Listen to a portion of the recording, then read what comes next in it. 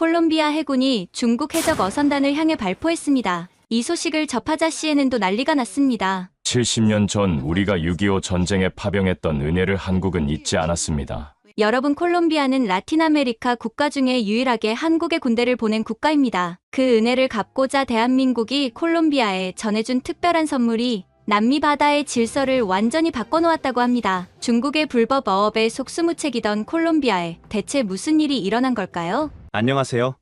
저는 콜롬비아 국방부 해군 전력 담당관 마누엘 로드리게스 중령입니다. 먼저 이렇게 제 이야기에 관심을 가져주셔서 감사합니다. 2015년 9월의 그날은 제 군 생활 20년 중 가장 굴욕적인 순간으로 기억됩니다. 저는 소형 순찰정을 이끌고 태평양 연안 부에나벤투라 인근 해역을 순찰하고 있었습니다. 우리 레이더에 불법 조업 중인 중국 어선 3척이 포착되었죠. 경고 방송을 시작합니다. 모두 무장하세요. 저희는 정해진 절차대로 국제통신 주파수로 경고 방송을 내보냈습니다. 하지만 중국 어선들은 마치 듣지 못한 척 그물을 거두지 않았습니다. 가까이 접근하자 그들의 갑판에는 최소 20명이 넘는 선원들이 모여 있었고, 놀랍게도 그들 손에는 쇠파이프와 심지어 작살총까지 들려 있었습니다. 진입 경고.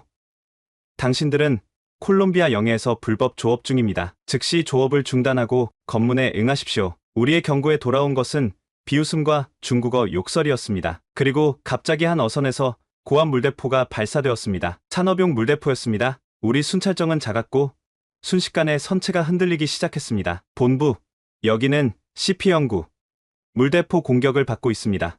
지원 요청합니다. 하지만 가장 가까운 지원 함정도 2시간은 걸리는 거리였습니다. 순찰정의 무장은 기관총 한정이 전부였고, 민간 어선에 발포하는 것은 국제적 문제를 일으킬 수 있었습니다. 가장 큰 중국 어선이 우리 순찰정을 향해 돌진했습니다. 충돌을 피하려 급선회하는 과정에서 우리 대원 한 명이 물에 빠졌습니다. 그를 구조하는 동안 다른 어선들은 그물을 걷어들이고 우리 영해에서 빠져나갔습니다. 중령님, 괜찮으십니까? 부상당한 부하의 질문에 저는 아무 말도 할 수 없었습니다. 분노와 무력감이 밀려왔습니다. 콜롬비아 해군의 정복을 입고 이런 대우를 받는다는 것이 믿기지 않았습니다. 본부로 돌아와 보고서를 작성하는 내내 가슴이 무거웠습니다. 그것은 처음이 아니었습니다. 지난 3년간 중국 어선의 불법 조업과 우리 순찰정에 대한 위협은 계속 증가해왔습니다. 하지만 우리에겐 그들을 막을 충분한 장비도 함정도 없었습니다. 작전 보고서를 제출한 후 참모총장은 저를 따로 불렀습니다. 로드리게스, 이대로는 안 되네. 우리 어민들의 생계가 위협받고 있어. 해군의 자존심도 땅에 떨어졌고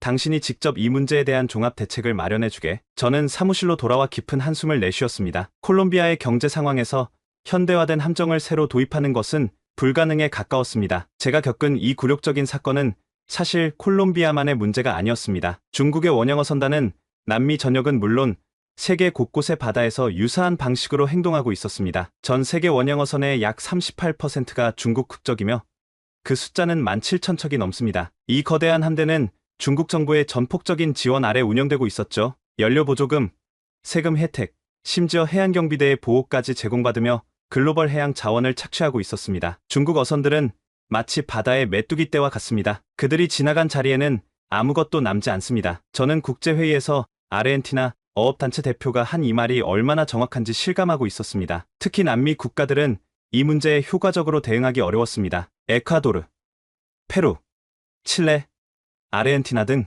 대부분의 국가들이 넓은 해역을 감시할 충분한 해군력을 갖추지 못했기 때문입니다. 우리 콜롬비아 어민들의 상황은 더욱 심각했습니다. 태평양 연안의 소규모 어촌들은 생존의 위기에 처해 있었습니다. 하루 어획량이 10년 전의 절반 수준으로 떨어졌고 일부 어촌은 아예 어업을 포기하는 상황까지 이르렀습니다. 우리 할아버지, 아버지 때부터 이어온 어업이 이제는 불가능해졌습니다. 중국 대형 어선들이 우리 바다를 텅 비워놓았습니다. 부에나벤투라 인근 어촌에 놓인 어부가 저에게 한 말이 아직도 귓가에 맴돕니다. 더 큰 문제는 중국 어선들의 조업 방식이었습니다. 그들은 대형 산업용 그물로 해양 생태계를 파괴하고 GPS 교란 장치로 위치를 속이며 심지어 우리가 경험한 것처럼 물리적 위협까지 서슴지 않았습니다. 이런 상황에서 저는 콜롬비아 해군의 전력 담당관으로서 깊은 책임감을 느꼈습니다. 우리나라의 주권과 어민들의 생계를 지키기 위해 반드시 해결책을 찾아야 했습니다. 그리고 그 답은 뜻밖에도 70년 전 한국전쟁으로 거슬러 올라가는 특별한 인연에서 찾아왔습니다. 제 사무실 벽에 걸린 흑백 사진 속 인물은 제 할아버지 호세 로드리게스 대위입니다. 한국 전쟁에 참전했던 콜롬비아 대대 소속 장교였죠. 할아버지의 사진을 바라보며 문득 어린 시절 들었던 이야기들이 떠올랐습니다. 할아버지, 이 훈장은 어디서 받으신 거예요? 10살 때쯤 할아버지 서재에서 발견한 훈장을 물었던 기억이 납니다. 할아버지는 저를 무릎에 앉히고 오래된 앨범을 펼쳐 보이셨습니다. 이건 태극무공 훈장이라고 한다. 한국 정부에서 받은 거야. 우리가 목숨을 걸고 지켜준 나라에서 준 선물이지. 할아버지는 1951년 콜롬비아 대대의 일원으로 한국에 파병되었습니다. 당시 콜롬비아는 남미에서 유일하게 한국전에 지상군을 파견한 나라였습니다. 처음에는 209명에 불과했지만 전쟁이 끝날 때까지 총 5,100명의 콜롬비아 군인들이 한국 땅을 밟았고 그중 163명이 돌아오지 못했습니다. 임진강 전투를 기억하고 있단다. 영하 30도의 추위 속에서 우리는 중공군과 싸웠어. 동료들이 눈앞에서 쓰러졌지만 우리는 그 자리를 지켰단다. 왜 그렇게 먼 나라를 위해 싸웠냐고? 자유를 지키는 것은 세계 어디서나 우리의 의무니까. 할아버지는 한국에서의 기억을 자주 들려주셨습니다. 특히 기억에 남는 것은 한국 사람들의 회복력과 강인함에 관한 이야기였습니다. 전쟁으로 모든 것을 잃은 사람들이었지만 그들의 눈빛에는 절망보다 희망이 더 컸다. 우리에게 몇 안 되는 식량과 물을 나눠주던 한국 노인들의 모습은 지금도 잊을 수 없어. 그들은 가진 것이 없었지만 마음만은 부자였지. 할아버지는 귀국 후에도 한국과 인연을 이어갔습니다. 한국 정부가 보내준 감사패와 기념품들을 소중히 간직하셨고 한국어 몇 마디도 잊지 않으셨죠. 감사합니다. 안녕하세요라는 인사말을 가족들에게 자주 가르치셨습니다. 2008년 할아버지가 돌아가시기 전 마지막으로 제게 하신 말씀이 있습니다. 마누엘, 한국이라는 나라를 잊지 말거라. 우리가 피를 흘려 지킨 그 나라는 이제 세계를 놀라게 하는 나라가 되었다. 그들의 성공이 바로 우리의 자부심이야. 당시 저는 해군 소령으로 승진한 지 얼마 안 된 때였습니다. 할아버지의 유언처럼 한국에 대한 관심을 이어갔고 가능한 한 한국의 발전 소식을 찾아 읽었습니다. 특히 한국 해군의 현대화 소식은 제게 부러움의 대상이었습니다. 할아버지의 사진을 바라보며 문득 생각했습니다. 할아버지가 목숨 걸고 지킨 나라. 그 한국이 혹시 우리를 도울 수 있지 않을까? 그것은 절박한 상황에서 떠오른 희미한 희망의 불빛이었습니다. 콜롬비아 해군의 현실은 참담했습니다. 제가 해군 전력 담당관으로서 매일 마주하는 보고서들은 우리 함정들의 노후화와 장비 부족 문제를 적나라하게 보여주고 있었습니다. 2016년 초 해군 사령부에서 열린 작전 회의에서 저는 현황 분석 자료를 발표해야 했습니다. 그 자리에는 국방부 차관과 합참 의장까지 참석한 중요한 자리였죠. 현재 콜롬비아 해군이 보유한 주요 초계함 10척 중 실제 작전 가능 상태는 4척에 불과합니다. 나머지는 부품 부족과 노후화로 항구에 묶여있는 상황입니다. 특히 태평양 쪽 해역 담당 초계함은 단 2척만이 정상 작동 중입니다. 회의실에 무거운 침묵이 흘렀습니다. 모두가 현실을 알고 있었지만 누군가 공개적으로 이야기하는 것은 또 다른 문제였습니다. 이 상황에서 중국 어선들의 불법 조업에 효과적으로 대응하기는 불가능합니다. 그들은 최신 장비와 GPS 교란 시스템까지 갖추고 있으며 상호 통신하며 집단으로 움직입니다. 반면 우리 함정들은 말을 이어가기가 어려웠습니다. 우리 해군의 주력 초계함들은 대부분 19만 7080년대에 도입된 것들이었습니다. 최신 레이더 시스템은 고사하고 기본적인 통신 장비조차 자주 고장났으며 한번 고장나면 부품 수급이 몇 개월씩 걸리는 일도 다반사였습니다. 현재 평균 출동 대응 시간은 약 3시간 반입니다. 불법 조업 신고가 들어오면 실제 함정이 현장에 도착할 때까지 이 정도 시간이 걸립니다. 그러나 중국 어선들은 보통 12시간 내에 우리 영해를 빠져나갑니다. 합참 의장이 한숨을 내쉬었습니다. 해결책은 무엇입니까? 로드리게스 중령, 단기적으로는 현재 운용 중인 함정들의 출동 배치를 최적화하는 방안을 마련했습니다. 하지만 근본적인 해결을 위해서는 최소 3척 이상의 현대화된 초계함이 필요합니다. 국방부 차관이 고개를 저었습니다. 현재 국가 예산 상황으로는 새 함정 도입은 어렵습니다. 다른 방안이 있습니까? 저는 잠시 망설이다 준비해온 마지막 카드를 꺼냈습니다. 해외 군사 원조나 중고 함정 도입을 검토해 볼 수 있습니다.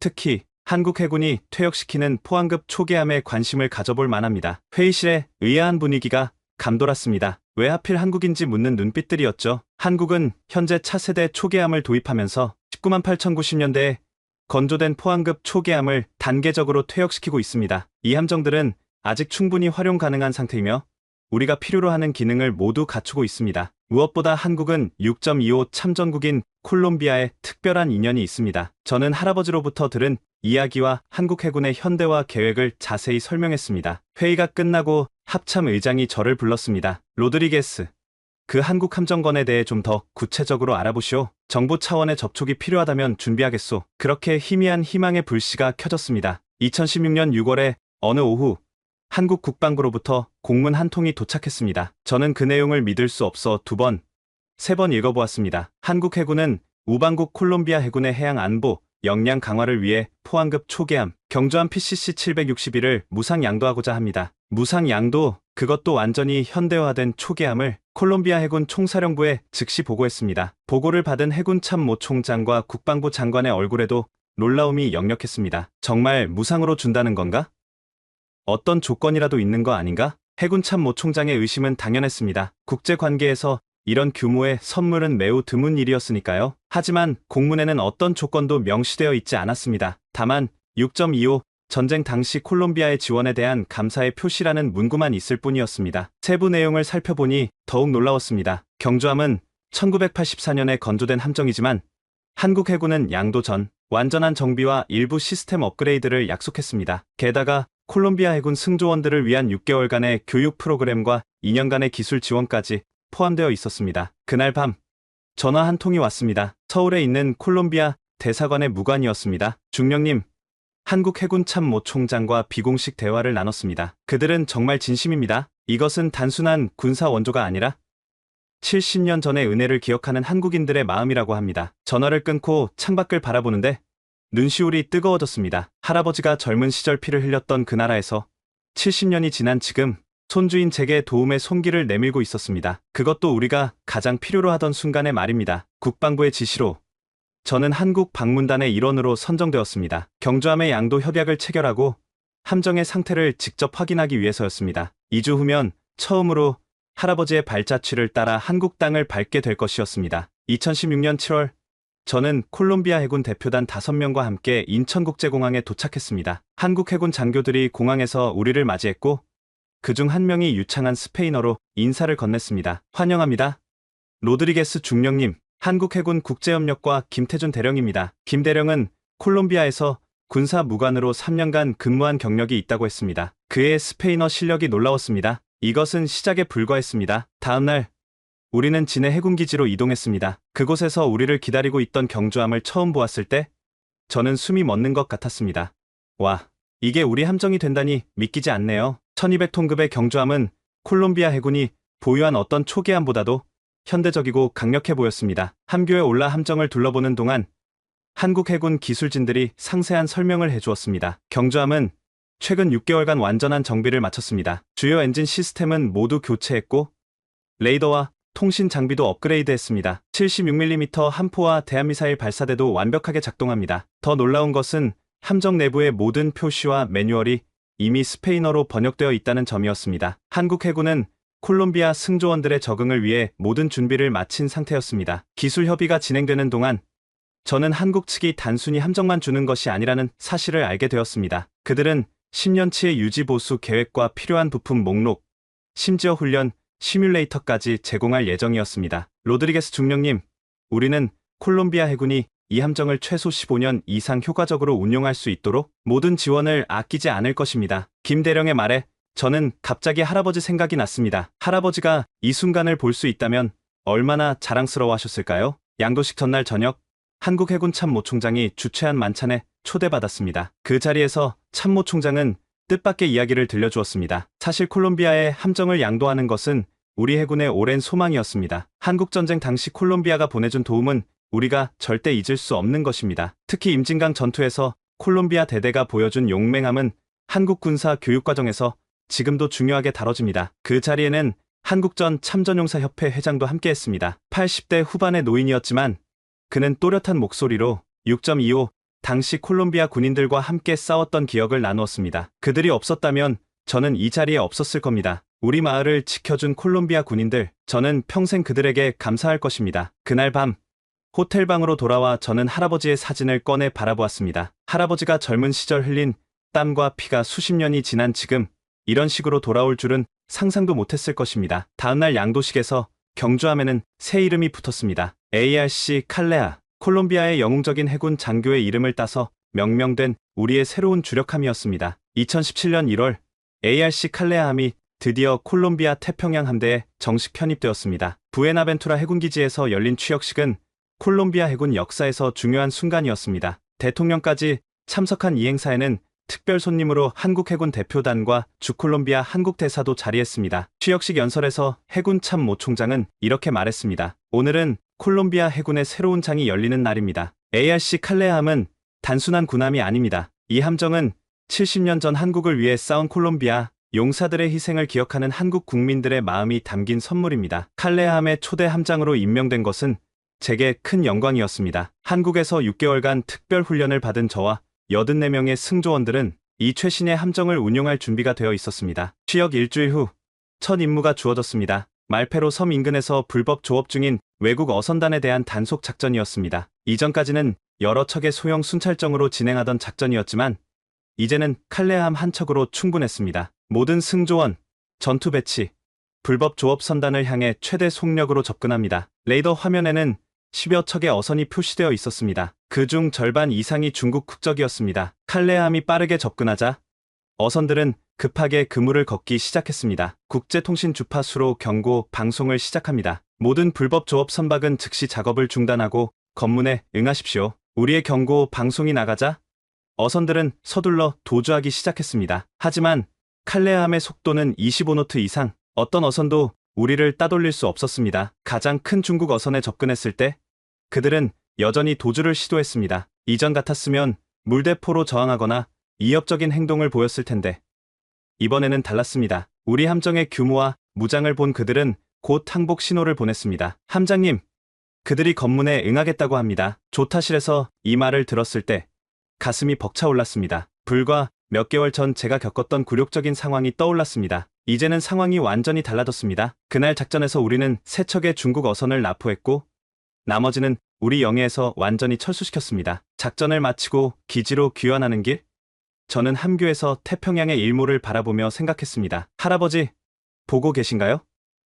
당신이 지켜준 나라가 이제 우리를 돕고 있습니다. 칼레함의 첫 작전 성공 후 콜롬비아 해역에서는 눈에 띄는 변화가 일어났습니다. 불법 조업 선박들이 일시적으로 감소한 것입니다. 하지만 그것은 폭풍 전의 고요함에 불과했습니다. 2017년 3월 중순 우리 해안 레이더 시스템이 이상 징후를 포착했습니다. 말페로 섬 북쪽 해역에 20척이 넘는 중국 어선단이 집결하고 있었습니다. 이전과는 다른 패턴이었습니다. 저것 봐, 함장님. 그들이 마치 군사 작전처럼 움직이고 있습니다. 작전 장교의 보고를 들으며 레이더 화면을 응시했습니다. 중국 어선들은 3개의 그룹으로 나뉘어 우리 영해를 향해 진격하고 있었습니다. 마치 사전에 계획된 듯한 이 패턴은 일반적인 어업 활동이라고 보기 어려웠습니다. 모든 승조원, 전투 배치, 칼레함, 출항 준비, 부에나벤투라 기지를 떠나 현장으로 향하는 동안 우리는 한국에서 배운 대응 전술을 검토했습니다. 한국 해군은 중국, 북한 어선들과 대치한 풍부한 경험이 있었고 그 노하우를 모두 우리에게 전수해 주었습니다. 함장님, 우리가 접근하고 있다는 소식을 들었는지 어선들이 서로 무전 교신을 시작했습니다. 통신 장교의 보고를 들으며 저는 쓴웃음을 지었습니다. 이전에는 그들의 통신을 감청할 능력조차 없었습니다. 하지만 이제 칼레함은 최신 신호정보 수집 시스템을 갖추고 있었습니다. 해가 질 무렵 우리는 첫 번째 어선 그룹에 접근했습니다. 예상대로 그들은 도주하기 시작했지만 곧 두 번째, 세 번째 그룹이 우리 주변을 포위하는 형태로 이동했습니다. 이것은 명백한 위협 전술이었습니다. 함장님, 가장 큰 어선이 접근하고 있습니다. 갑판에 최소 30명의 인원이 보입니다. 76mm 함포, 조준태세, 경고 사격 준비. 저의 명령이 떨어지자 승조원들이 신속하게 움직였습니다. 칼레함의 주포는 조용히 회전하며 접근하는 어선을 향했습니다. 국제통신 주파수로 최종 경고.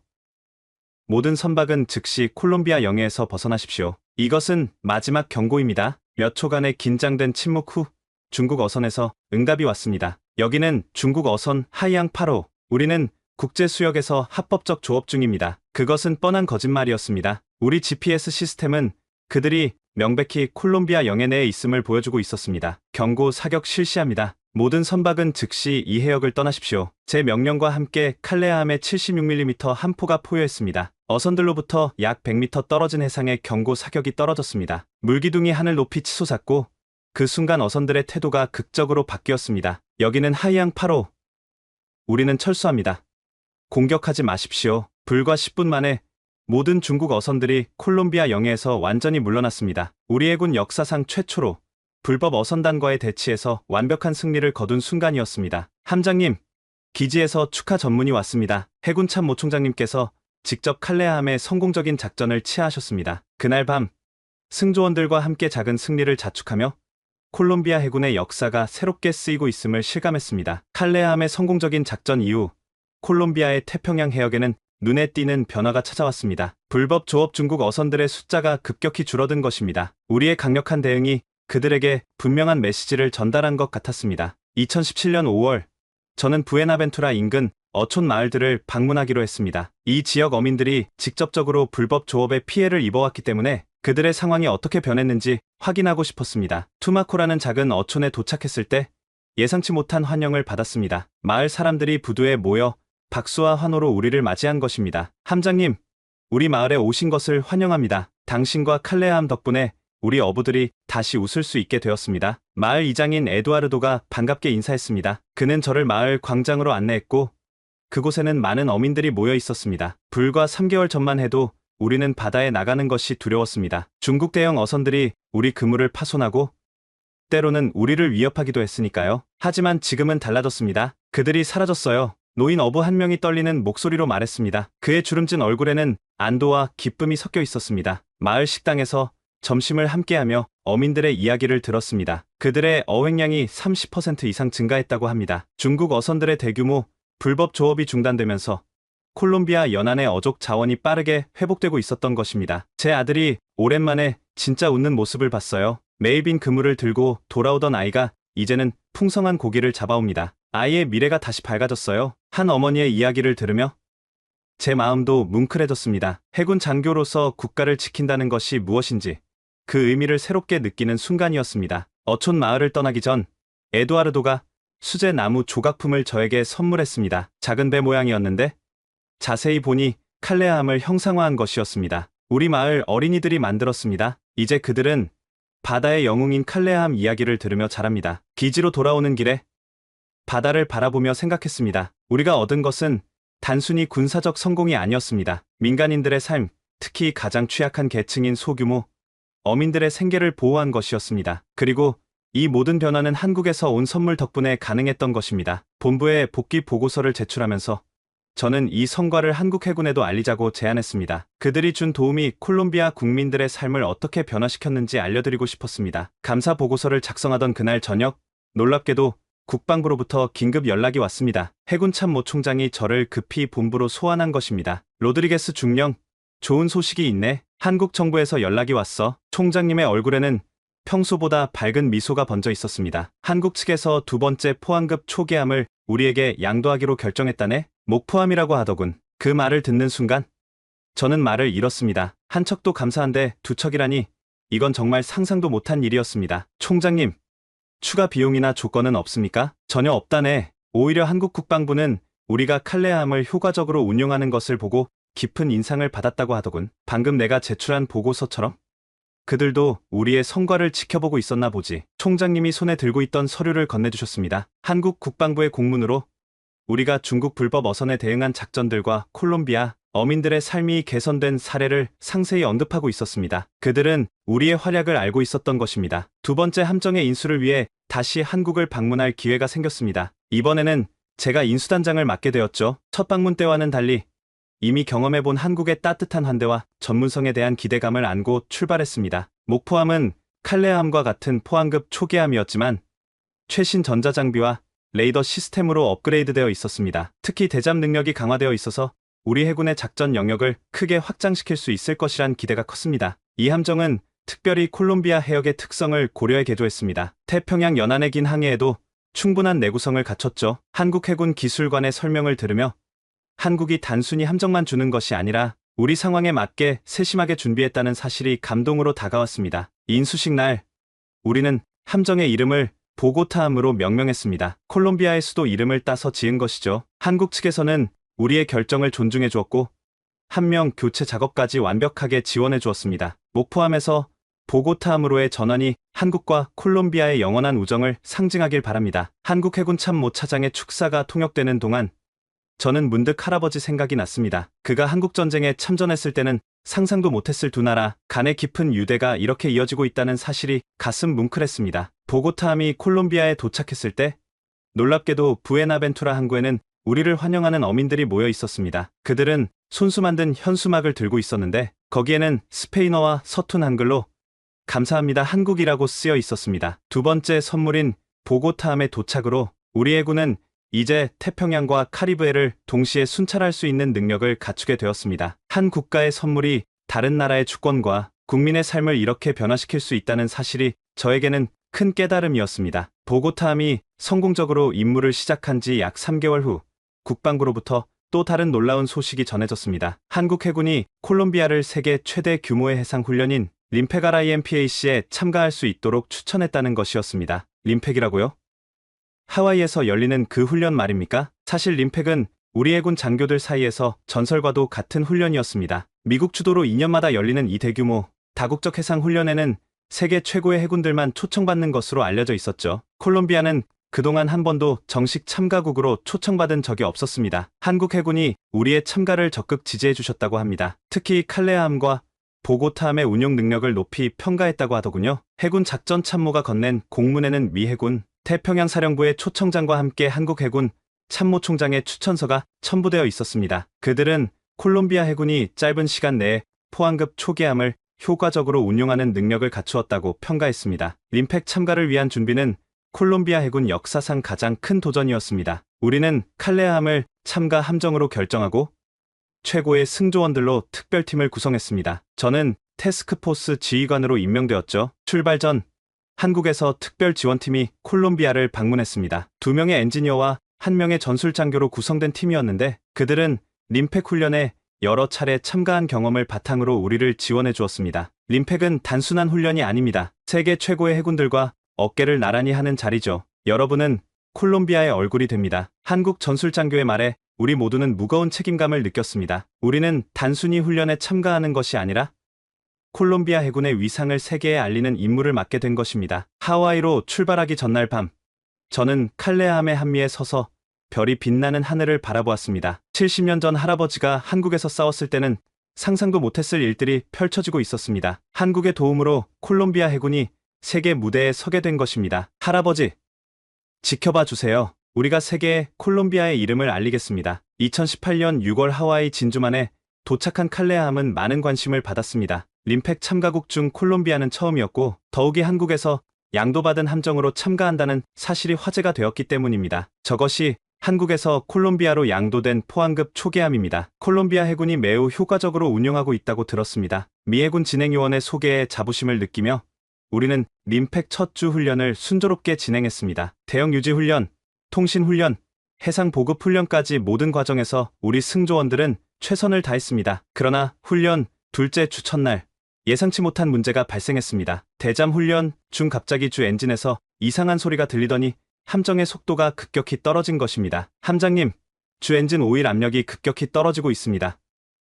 터빈 베어링이 손상된 것 같습니다. 기관장의 보고를 받고 즉시 주 엔진을 정지시켰지만 이미 상당한 손상이 발생한 상태였습니다. 림팩 훈련 중 이런 고장은 치명적입니다. 다른 국가들의 시선 속에서 우리는 임무를 완수하지 못하고 도태될 위기에 처했습니다. 미 해군 기술지원팀에 도움을 요청하세요. 임시 조치로 보조 엔진만으로 항해하며 미 해군의 지원을 요청했지만 상황은 생각보다 심각했습니다. 미 해군 정비팀은 부품 교체가 필요하다고 판단했는데 문제는 그 부품이 당장 구할 수 없는 것이라는 점이었습니다. 이 터빈 베어링은 한국에서 제작된 특수 부품입니다. 우리도 즉시 구할 수 없습니다. 부품을 주문하면 최소 2주가 소요될 겁니다. 미 해군 정비 책임자의 말에 절망감이 밀려왔습니다. 2주라면 림팩 훈련은 이미 끝나 있을 시간입니다. 우리의 첫 림팩 참가는 이렇게 실패로 끝나는 것일까요? 대원들의 실망감이 역력한 가운데 저는 마지막 희망을 걸고 한국 해군 연락장교에게 연락을 취했습니다. 림팩에는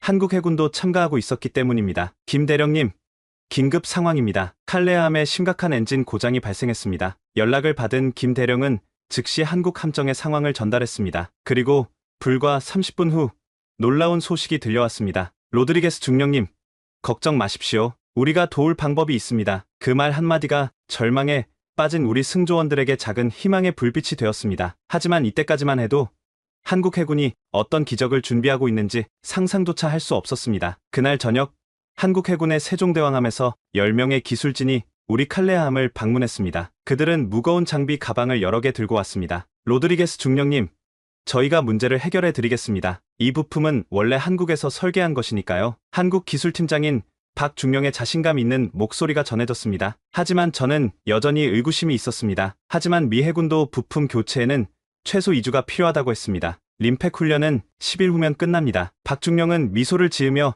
고개를 저었습니다. 우리는 2주가 필요하지 않습니다. 48시간 안에 수리를 마치겠습니다. 그 말을 듣고 저는 물론 미 해군 관계자들도 놀랄 수밖에 없었습니다. 48시간 안에 그런 복잡한 수리를 한다는 것은 거의 불가능에 가까운 일이었으니까요. 한국 기술진은 즉시 작업에 착수했습니다. 그들은 세 팀으로 나누어 24시간 교대로 작업했습니다. 엔진룸은 금세 정비 공구와 부품들로 가득 찼고 한국 기술자들은 마치 자신들의 함정을 수리하는 것처럼 열정적으로 일했습니다. 이 베어링은 완전히 교체해야 합니다. 하지만 당장 부품이 없으니 임시로 개조해서 사용 가능하게 만들겠습니다. 놀랍게도 그들은 일부 부품을 직접 제작하기 시작했습니다. 세종대왕함에서 가져온 특수 장비를 이용해 손상된 부품을 복구하고 필요한 부분은 새로 만들어내는 솜씨가 경이로웠습니다. 작업이 진행되는 동안 저는 한국 기술진의 헌신에 깊은 감동을 받았습니다. 그들은 식사 시간도 거의 없이 계속 일했고 때로는 좁은 엔진룸 바닥에서 짧은 휴식을 취한 후 다시 작업에 몰두했습니다. 중령님,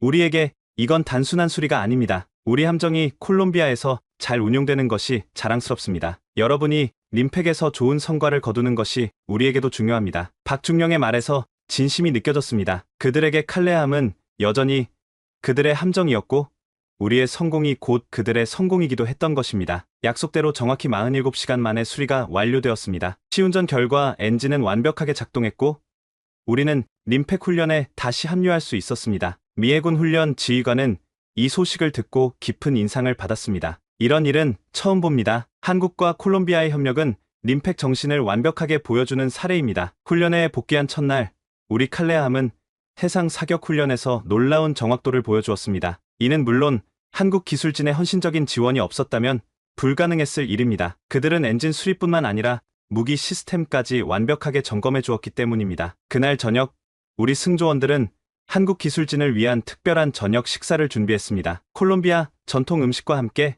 우리의 깊은 감사의 마음을 전했습니다. 여러분은 단순한 동맹국이 아닙니다. 진정한 형제입니다. 림팩 훈련이 끝나갈 무렵, 우리 칼레함은 다국적 해상 기동 훈련에서 놀라운 성과를 거뒀습니다. 특히 대잠수함 탐지 훈련에서는 미 해군 평가단으로부터 뛰어난 전술적 이해와 실행력이라는 평가를 받았죠. 훈련 마지막 날, 모든 참가국 함정이 진주만에 정박한 가운데 폐회식이 열렸습니다. 미 태평양함대 사령관이 각국 대표를 호명하며 훈련, 평가 결과를 발표하는 자리였습니다. 이번 림팩에서 가장 인상적인 참가국으로 콜롬비아를 선정합니다. 어려운 상황에서도 뛰어난 회복력과 작전 수행 능력을 보여주었기 때문입니다. 그 말을 듣는 순간 우리 대표단 모두가 놀라움과 기쁨으로 서로를 바라보았습니다. 처음 참가한 림팩에서 이런 평가를 받는 것은 상상도 못했던 일이었으니까요. 시상대에 오른 저는 수많은 각국 해군 장교들 앞에서 간단한 소감을 말해야 했습니다. 이 영광스러운 평가는 콜롬비아 해군만의 성과가 아닙니다. 70년 전 한국전쟁에 참전했던 우리 선배들의 용기,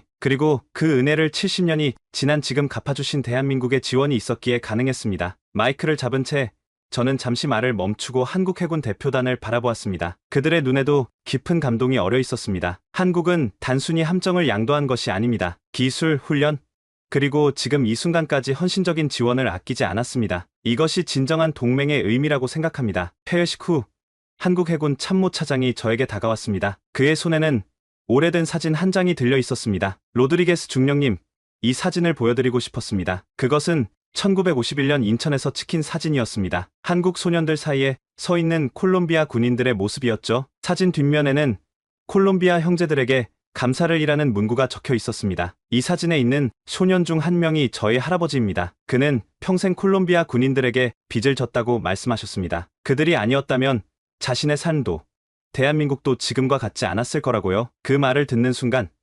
가슴속에서 뜨거운 감정이 올라왔습니다. 70년의 시간을 뛰어넘어 두 나라의 인연은 이렇게 이어지고 있었던 것입니다. 우리가 한국에 해준 것보다 한국이 우리에게 베푼 은혜가 훨씬 큽니다. 제 말에 한국 참모차장은 고개를 저었습니다. 은혜에는 크고 작음이 없습니다. 중령님, 위기의 순간에 함께하는 것, 그것이 진정한 친구이자 동맹 아닐까요? 그날 밤 칼레함의 함장실에 앉아 할아버지의 일기를 다시 읽었습니다. 한국 참전 당시의 기록들이었죠. 할아버지는 결코 자신이 베푼 도움이 이렇게 크게 돌아올 줄 몰랐을 것입니다. 하지만 역사는 때로 우리가 상상하지 못한 방식으로 연결되기도 합니다. 림팩에서의 성공적인 활약 이후 우리 콜롬비아 해군은 국제적인 주목을 받기 시작했습니다. 특히 한국과의 협력 관계는 더욱 깊어졌고, 이는 단순한 군사적 협력을 넘어 양국 간의 포괄적인 파트너십으로 확장되었습니다. 2019년 3월, 저는 놀랍게도 콜롬비아 한국 해군 협력 프로그램의 책임자로 임명되었습니다. 이 새로운 역할은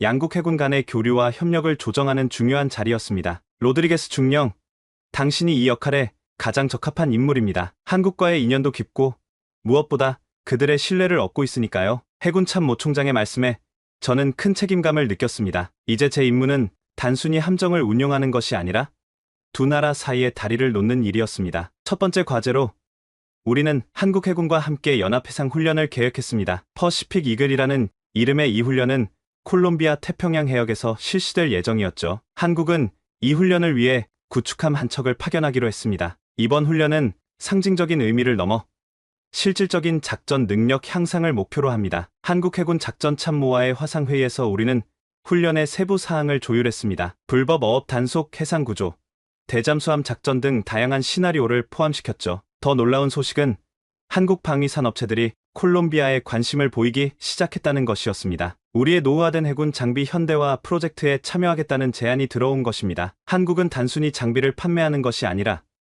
기술 이전과 현지 생산까지 고려하고 있습니다. 국방부 조달 책임자의 보고를 들으며 이것이 단순한 상업적 거래가 아닌 진정한 파트너십임을 느낄 수 있었습니다. 한국은 콜롬비아가 자체적인 방위 산업 능력을 키울 수 있도록 지원하고자 했습니다. 2019년 5월 보고타에서 열린 한콜롬비아 국방산업협력 포럼에서 저는 양국 협력의 상징적인 사례로 칼레함과 보고타함의 성공 스토리를 발표했습니다. 그 자리에는 양국의 국방 관계자들뿐만 아니라 산업계 리더들도 참석했습니다. 두 나라가 70년의 시간을 뛰어넘어 맺은 인연은 이제 미래를 향한 새로운 협력의 길로 이어지고 있습니다. 콜롬비아 한국 해군 협력 프로그램의 일환으로 2019년 9월 저는 공식 방문단의 일원으로 한국을 방문하게 되었습니다. 이번에는 단순한 함정 인수가 아닌 양국 해군의 장기적 협력 방안을 논의하기 위한 중요한 방문이었습니다. 인천국제공항에 도착했을 때 저를 맞이한 것은 예상치 못했던 환영 인파였습니다. 한국 해군 의장대와 함께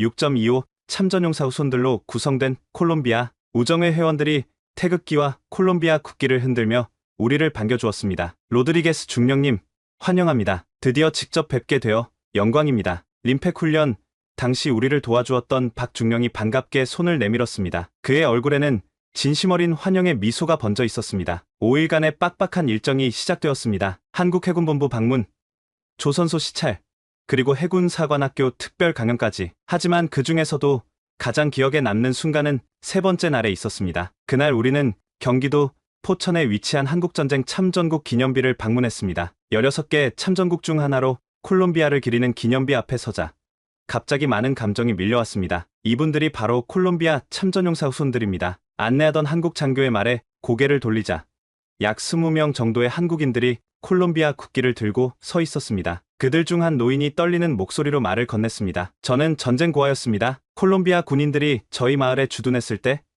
그들이 저에게 먹을 것과 따뜻한 담요를 주었습니다. 그 은혜를 평생 잊지 못했습니다. 노인의 눈에는 눈물이 고여 있었고 저 역시 가슴이 뭉클해졌습니다. 70년 전의 기억이 이렇게 생생하게 살아있다는 사실이 놀라웠습니다. 방문 일정 중에는 한국 해군의 최신 구축함도 견학했습니다. 세종대왕급 이지스함은 그 규모와 기술력에 압도될 정도였습니다. 함장인 김대령은 자랑스럽게 함정을 안내하면서도 겸손한 태도를 잃지 않았습니다. 우리도 처음부터 이런 함정을 가진 것은 아닙니다. 70년 전 한국 해군은 거의 없다시피 했지만 국민의 의지와 동맹국의 도움으로 여기까지 왔습니다. 그의 말에서 저는 우리 콜롬비아 해군의 미래를 보는 듯했습니다. 지금은 비록 작고 노후화된 함대를 가지고 있지만 올바른 방향과 의지가 있다면 언젠가는 우리도 이렇게 발전할 수 있을 것이라는 희망이 생겼습니다. 방문 마지막 날 한국 국방부에서 열린 송별 만찬에서 한국 해군 참모 총장은 뜻밖의 제안을 했습니다. 콜롬비아 해군 장교들을 위한 특별 교육 프로그램을 시작하고 싶습니다. 매년 5명의 장교를 한국 해군대학에 초청하여 함께 공부하고 경험을 나누는 것입니다. 이 제안은 우리 콜롬비아 해군의 미래에 큰 기회였습니다. 세계 최고 수준의 해군 중 하나인 한국 해군의 지식과 경험을 배울 수 있는 기회를 얻게 된 것입니다. 한국에서 돌아온 후 저는 휴가를 내고 메델린으로 향했습니다. 그곳에는 제 할아버지인 호세 로드리게스 대위의 묘수가 있었습니다. 할아버지는 제가 해군 사관학교에 입학했을 때 이미 돌아가신 상태였지만 중요한 순간마다 저는 항상 그분의 묘소를 찾아 소식을 전했습니다. 묘지에 도착해 할아버지의 비석 앞에 무릎을 꿇고 앉았습니다. 비석에는 호세 로드리게스 대위, 콜롬비아 해군 장교, 6.25 참전 용사라는 글귀가 새겨져 있었습니다. 할아버지, 저 마누엘입니다. 이번에는 특별한 소식을 가지고 왔어요. 조용한 묘지에 제 목소리만이 울려 퍼졌습니다. 바람이 살짝 불어와 주변의 나무들을 흔들었습니다. 할아버지께서 70년 전 지키셨던 그 나라, 대한민국에 다녀왔습니다. 할아버지께서 상상하지 못하셨을 만큼 놀랍게 발전한 나라였어요. 비석을 바라보며 저는 한국에서의 모든 경험을 하나하나 이야기했습니다. 포항급 초계함의 양도, 림팩 훈련에서의 성공, 그리고 한국 방문에서 만난 참전용사 후손들의 이야기까지. 할아버지께서 한국에 베푸신 작은 친절이 70년이 지난 지금 콜롬비아 해군의 미래를 바꾸는 커다란 선물로 돌아왔습니다. 그들은 절대 잊지 않았어요. 묘비 앞에 가져온 사진들을 펼쳐 놓았습니다. 칼레함과 보고타함의 사진, 림팩 훈련 중 찍은 사진, 그리고 포천의 참전국 기념비 앞에서 찍은 사진까지. 이제 제가 할아버지의 유산을 이어가고 있습니다. 한국과 콜롬비아의 우정을 더욱 깊게 만들어가고 있어요. 갑자기 슬픔과 자부심이 뒤섞인 감정이 밀려왔습니다. 할아버지가 살아계셨다면 얼마나 자랑스러워하셨을까? 한국의 발전된 모습을 보셨다면 어떤 기분이셨을까 하는 생각이 들었습니다. 할아버지, 제가 한국에서 가져온 것이 있습니다. 주머니에서 작은 태극기 배지를 꺼내 묘비 앞에 조심스럽게 놓았습니다. 한국 해군 참모 총장이 직접 저에게 선물한 특별한 배지였습니다. 이건 한국 해군이 할아버지의 희생에 감사하는 마음을 담아 보낸 선물입니다. 이제 할아버지는 영원히 한국과 콜롬비아를 잇는 다리가 되셨습니다. 묘소를 떠나기 전 제 군복에 달린 콜롬비아 국기와 한국 해군에서 받은 태극기 배지를 나란히 바라보았습니다. 두 개의 작은 상징이 제 가슴에서 만나 70년의 시간을 뛰어넘는 깊은 연결을 보여주고 있었습니다. 2020년, 저는 콜롬비아 해군에서 대령으로 진급하며 태평양 함대 작전사령관으로 임명되었습니다. 이제 칼레아함과 보고타함을 포함한 콜롬비아 해군의 태평양 작전을 총괄하는 책임을 맡게 된 것입니다. 취임식 날, 한국 대사관에서 특별히 축하 사절단이 참석했습니다. 한국 국방무관은 축하 연설에서 이렇게 말했습니다. 로드리게스 대령은 단순한 콜롬비아 해군 장교가 아닙니다. 그는 한국과 콜롬비아의 70년 우정을 상징하는 인물입니다. 그 말을 들으며 문득 깨달았습니다. 제가 지금 서 있는 이 자리는 단순히 제 개인의 성취가 아니라 할아버지로부터 시작된 긴 여정의 결실이라는 것을요. 취임 후 첫 공식 임무는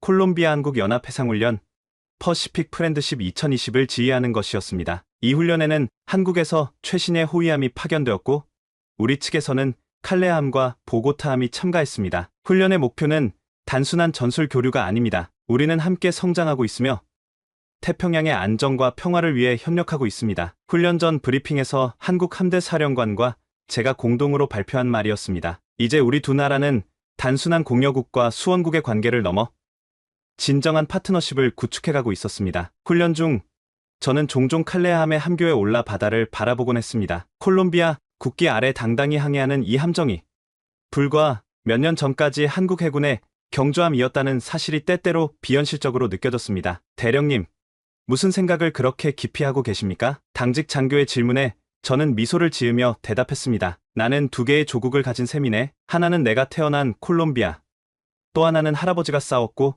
지금 우리에게 이런 선물을 준 한국이지. 그날 저녁, 저는 함장실에서 특별한 의식을 가졌습니다. 제 책상 위에 할아버지의 사진과 함께 한국에서 가져온 작은 태극기를 놓았습니다. 그리고 그 옆에는 콜롬비아 해군 장교로서 제가 받은 모든 훈장과 배지를 정렬했습니다. 할아버지, 저는 이제 두 나라를 섬기는 군인이 되었습니다. 콜롬비아의 바다를 지키면서 한국과의 약속도 지켜나가겠습니다. 지금 이 순간에도 콜롬비아 태평양 해역을 지키는 칼레함과 보고타함은 두 나라의 깊은 유대를 상징합니다. 그리고 저는 매일 아침 제 사무실에 걸린 두 개의 국기 콜롬비아의 노랑, 파랑, 빨강 삼색기와 태극기를 바라보며 하루를 시작합니다. 한국전 참전이라는 할아버지의 용기 있는 선택이 70년이 지난 오늘날 콜롬비아 해군의 미래를 바꾸고 한 사람의 인생에 이토록 깊은 영향을 미칠 것이라고 누가 상상이나 했을까요? 두 나라, 두 바다, 그리고 하나의 깊은 우정. 이것이 제가 매일 가슴에 품고 사는 자부심입니다. 여러분 오늘 사연 어떠셨나요? 70년 전 한국전쟁에 참전한 콜롬비아의 헌신이 오늘날 특별한 선물로 돌아온 이야기였습니다. 한 나라의 작은 도움이 수십 년이 지나 더 큰 은혜로 되돌아올 수 있다는 것을 보여주는 감동적인 사례입니다. 여러분의 인생에서도 이처럼 뜻밖의 방식으로 돌아온 은혜를 경험한 적이 있으신가요? 댓글로 여러분의 이야기를 들려주세요. 구독과 좋아요로 더 많은 원더풀 해외 사연을 응원해주세요. 감사합니다.